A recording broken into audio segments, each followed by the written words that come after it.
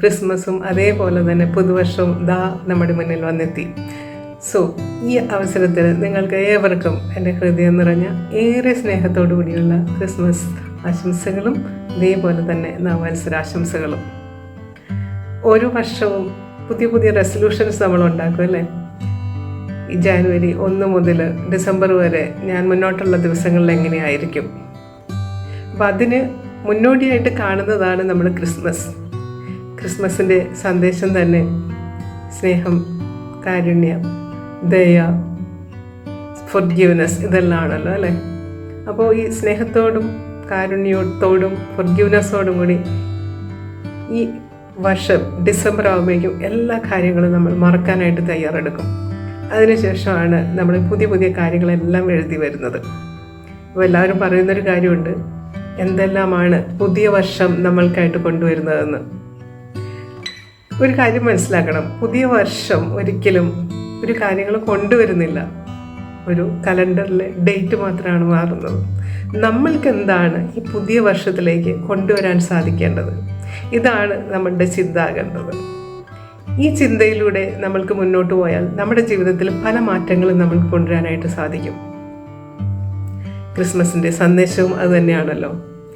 സ്നേഹത്തോടും സന്തോഷത്തോടും കാരുണ്യത്തോടും എല്ലാവർക്കും മാപ്പ് കൊടുത്തും എല്ലാവരോടും പൊറുത്തും മുന്നോട്ടുള്ളൊരു ജീവിതം. അതുകൊണ്ട് തന്നെയാണ് എല്ലാ മാസവും ഡിസംബർ അവസാനം വരുമ്പോൾ ഈ കാര്യങ്ങളെല്ലാം ജീവിതത്തിൽ പകർത്തിക്കൊണ്ട് അടുത്ത വർഷം മുതൽ ഏറ്റവും നന്നായി ജീവിക്കും എന്നുള്ള ഒരു തീരുമാനം നമ്മൾ എടുക്കുന്നത്. പലപ്പോഴും ഈ തീരുമാനങ്ങളെല്ലാം എടുക്കുമ്പോഴും എന്തുകൊണ്ടാണ് നടക്കാതിരിക്കുന്നത്? നമ്മൾ മുന്നോട്ടുള്ള യാത്രയിൽ എല്ലാ മനുഷ്യരുടെ ഒപ്പം ഉള്ള 2 കാര്യങ്ങളുണ്ട്. ഒന്ന് നമ്മളുടെ ഈഗോ, രണ്ടാമതായത് നമുക്ക് ആരോടും പൊറുക്കാനോ ക്ഷമിക്കാനോ ഉള്ള ഒരു മാനസികാവസ്ഥ ഇല്ലായ്മ. ഇതിൻ്റെ കാരണവും ഈഗോ തന്നെയാണ്. അപ്പോൾ ഇത് രണ്ടുമാണ് ഓരോ വർഷം അവസാനത്തിലും നമ്മൾ മാറ്റിയെടുക്കേണ്ട, അല്ലെങ്കിൽ നമ്മൾ മാറ്റുമെന്ന് തീരുമാനം എടുക്കുമ്പോൾ നമ്മുടെ ജീവിതത്തിൽ നിന്ന് മാറ്റി നിർത്തേണ്ടത്. അപ്പോൾ പിന്നെ പുതുവർഷം തുടങ്ങി നമ്മളെടുക്കുന്ന തീരുമാനങ്ങളെല്ലാം നമുക്ക് നടപ്പിലാക്കാൻ പറ്റും. എല്ലാവരും പറഞ്ഞു കേൾക്കാറുണ്ടല്ലോ, ഞാനെന്ന ഭാവം വരുമ്പോൾ എപ്പോഴും മറ്റുള്ള ആൾക്കാരോട് നമുക്ക് സ്നേഹവും കരുണയും ആർദ്രതയും ഒന്നും തന്നെ കാണിക്കാനായിട്ട് സാധിക്കത്തില്ല. കാരണം നമ്മളാണ് എപ്പോഴും ശരി. ഇന്നത്തെ കാലഘട്ടത്തിൽ അറിയാലോ, എല്ലാവരും സ്നേഹത്തിനും ബഹുമാനത്തിനും വേണ്ടി ഓടിക്കൊണ്ടിരിക്കുന്ന ഒരു കാലഘട്ടത്തിലാണ് നമ്മൾ ജീവിക്കുന്നത്. പക്ഷെ അത് എവിടെ നിന്ന് വരും എന്നുള്ളത് ആർക്കും അറിയത്തില്ല. ഈ സ്നേഹവും ഇഷ്ടവും ബഹുമാനവും എല്ലാം അവരുടെ ഹൃദയങ്ങളിൽ തന്നെയാണ്. ഇത് അവരവരുടെ ഹൃദയത്തിൽ നിറയുമ്പോൾ മാത്രമാണ് നമ്മൾക്കിതെല്ലാം ഫീൽ ചെയ്യുന്നത്. ഇത് നമ്മളിലില്ലെങ്കിൽ നമ്മളെപ്പോഴും ഇതിനെക്കുറിച്ച് അന്വേഷിച്ചുകൊണ്ട് നടക്കും. എവിടെ നിന്നാണ് എനിക്ക് സ്നേഹം കിട്ടുക? എന്നെ ആരും ബഹുമാനിക്കുന്നില്ലല്ലോ, എന്നോട് ആരും ഒരു ദയ കാണിക്കുന്നില്ലല്ലോ. ഇതെല്ലാം നമ്മുടെ മനസ്സിൽ ചിന്ത വരുന്നത് നമ്മളുടെ മനസ്സിലും നമ്മളുടെ ശരീരത്തിലും ഈ വേണ്ടപ്പെട്ട ക്വാളിറ്റീസ് ഇല്ലാതെ ആവുമ്പോഴാണ്. അപ്പോൾ സ്നേഹത്തിന് വേണ്ടി തേടി നടക്കുമ്പോൾ മനസ്സിലാക്കാം, പലപ്പോഴും നമ്മുടെ വീട്ടിലായാലും സമൂഹത്തിലായാലും ജോലിസ്ഥലത്തായാലും ആരും നമ്മളെ സ്നേഹിക്കാത്തത് കൊണ്ടല്ല, അത് സ്വീകരിക്കാനുള്ള മാനസികാവസ്ഥ നമ്മൾക്കില്ലാത്തതുകൊണ്ടാണ്. കാരണം ഓരോരുത്തരും സ്നേഹിക്കുമ്പോഴും എപ്പോഴും അവരവരുടേതായ ബ്രെയിൻ മാപ്പ് വെച്ചിട്ടായിരിക്കും അവർക്ക് സ്നേഹം പങ്കിടാൻ സാധിക്കുക. ആ ബ്രെയിൻ മാപ്പിന് ഒരുപാട് കഥകളുണ്ടാകും അതിൻ്റെ പുറകിൽ. ഒന്ന്, അവർ ജീവിച്ച സാഹചര്യങ്ങൾ, അവരുടെ പാരൻറ്റിങ് എങ്ങനെയായിരുന്നു, അവരുടെ എഡ്യൂക്കേഷൻ എന്തായിരുന്നു, അവർ ഈ ലോകത്തെ നോക്കി കണ്ടത് എങ്ങനെയാണ്, ഇതെല്ലാം കൂടിയിട്ടാണ് ഒരു ബ്രെയിൻ മാപ്പ് തയ്യാറാക്കി മറ്റൊരു ഇടത്തേക്ക് മാറുന്നത്. അപ്പോൾ 2 വ്യക്തികൾ ഒന്നിച്ചു കൂടി ചേരുമ്പോൾ, അവിടെ സ്നേഹം പങ്കിടുമ്പോൾ, സ്നേഹം കൊടുക്കുമ്പോൾ, ഈ വന്ന വ്യക്തി ഏത് തരത്തിലാണോ ജീവിച്ചതും വളർന്നതും ആ രൂപത്തിലായിരിക്കും അവർക്ക് സ്നേഹം നൽകാൻ സാധിക്കുക. പക്ഷേ സ്വീകരിക്കുന്ന ആളോ എപ്പോഴും ഞാൻ വിചാരിക്കുന്ന രൂപത്തിൽ എനിക്ക് സ്നേഹം കിട്ടിയെങ്കിൽ മാത്രമാണ് എനിക്കത് സ്നേഹമായിട്ട് കണക്കാക്കാൻ പറ്റുള്ളൂ. ഇതെന്തുകൊണ്ട് സംഭവിക്കുന്നു? നമ്മളെല്ലാവരും ജീവിക്കുന്നത് എപ്പോഴും കടമെടുത്തിട്ടുള്ള വാല്യൂസിലാണ്. ഇതിനെയാണ് പറയുന്നത് ബോറോഡ് കോർ വാല്യൂസ്. നമ്മൾ കണ്ടതും നമ്മൾ കേട്ടതും സിനിമയിൽ കണ്ട കഥകളും അതല്ലെങ്കിൽ പുസ്തകങ്ങളിൽ വായിച്ച കഥകളും ഇതെല്ലാമാണ് ജീവിതം എന്ന് വിശ്വസിച്ചിട്ടാണ് നമ്മൾ മുന്നോട്ട് പോകുന്നത്. ഇതിലല്ല യാഥാർത്ഥ്യം എന്നുള്ളത് ആരും മനസ്സിലാക്കുന്നില്ല. അപ്പോൾ ഈ ബ്രെയിൻ മാപ്പ് മനസ്സിലാക്കിയാൽ തന്നെ നമ്മൾക്ക് കുറച്ചും കൂടെ സ്നേഹത്തോടും കാരുണ്യത്തോടും കൂടി ഏതൊരു ജീവിതം മുന്നോട്ട് കൊണ്ടുപോകാനായിട്ട് സാധിക്കും. അപ്പോൾ ഞാൻ നേരത്തെ പറഞ്ഞതുപോലെ സ്നേഹം ഇല്ലാത്തത് കൊണ്ടല്ല, ഞാൻ വിചാരിക്കുന്നത് പോലെ എനിക്ക് സ്നേഹം കിട്ടാത്തതാണ് ഈ പ്രശ്നം. ഇവിടെ നമ്മുടെ ക്രിസ്മസിൻ്റെ സന്ദേശം അതാണല്ലോ, സ്നേഹം കൊടുക്കുക. അപ്പോൾ സ്നേഹം എന്നുള്ളത് രണ്ട് ഹൃദയങ്ങളെ തമ്മിൽ ബന്ധിപ്പിക്കുന്ന ഒന്നാണത്. അതിനെ മനസ്സിലാക്കാൻ കൊടുക്കാനും വാങ്ങിക്കാനും സാധിക്കണം. എപ്പോഴും പറയാറില്ലേ, നമ്മുടെ കപ്പ് ഫില്ലായെങ്കിൽ മാത്രമാണ് ഈ കപ്പിൽ നിന്ന് മറ്റൊരാൾക്ക് പകർന്നു കൊടുക്കാൻ സാധിക്കുക. അപ്പം നമ്മളുടെ കപ്പ് നിറയ്ക്കേണ്ടത് നമ്മളുടെ കടമയാണ്.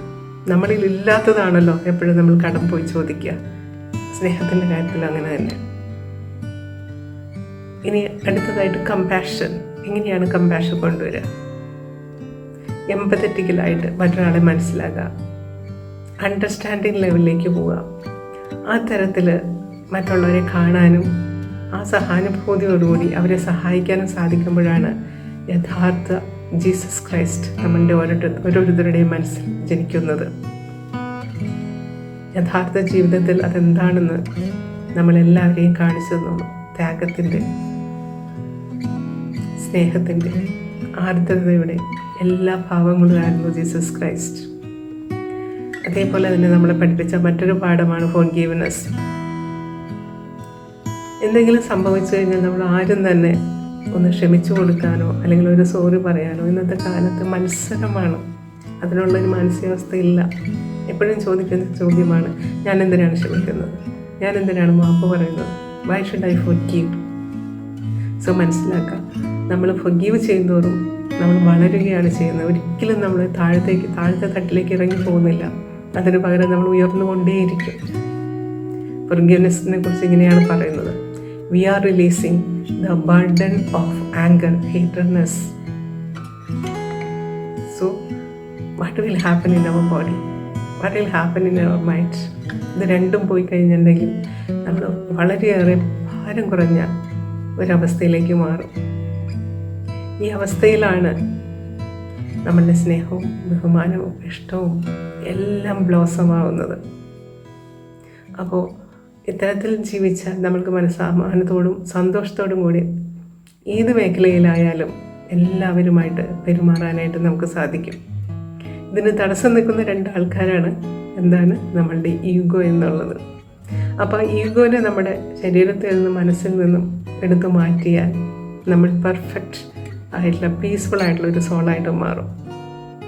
ഈഗോ എപ്പോഴും നമ്മളെ നന്നായി ജീവിക്കാനല്ല, വാശിയോടെ ജീവിക്കാൻ, വൈരാഗ്യത്തോടെ ജീവിക്കാൻ ആണ് നമ്മളെ പഠിപ്പിക്കുന്നത്. അത് ജീവിതത്തിൽ നിന്ന് പൂർണ്ണമായിട്ട് മാറ്റാനായിട്ട് ഇതിനായിട്ടുള്ള ഒരു പ്രോമിസാണ് ഡിസംബർ അവസാനത്തോടുകൂടി നമ്മൾ എടുക്കേണ്ടതും. ഒരു പുതിയ കലണ്ടർ തുടങ്ങുമ്പോൾ, റെസൊല്യൂഷൻ പാസ്സാക്കുമ്പോൾ, മുന്നോട്ടുള്ള യാത്രയിൽ ഞാൻ എങ്ങനെയായിരിക്കും, എനിക്കെന്താണ് ഈ ലോകത്തിന് കൊടുക്കാനുള്ളത്, എനിക്കെന്താണ് എൻ്റെ കുടുംബത്തിനോട് ചെയ്യാനുള്ളത്, എൻ്റെ പേഴ്സണൽ ഗ്രോത്തിന് എന്താണ് എനിക്ക് ചെയ്യാനുള്ളത്. നമ്മൾ വളർന്നാലേ മറ്റുള്ളവരും വളരൂ. നമ്മൾ വളർന്നാൽ നമ്മുടെ കുടുംബവും നമ്മുടെ സമൂഹവും ഒപ്പം തന്നെ വളരും. അപ്പോൾ അടുത്ത വർഷത്തോട്ടുള്ള ഈ റെസൊല്യൂഷൻ ഇത്തരത്തിലൊന്ന് ചിന്തിച്ച് നോക്കൂ. എന്നെ ശ്രവിച്ച നിങ്ങൾക്ക് ഓരോരുത്തർക്കും ഒരിക്കൽ കൂടി ക്രിസ്മസ് നവവത്സരാശംസകൾ നേരുന്നു. All the best.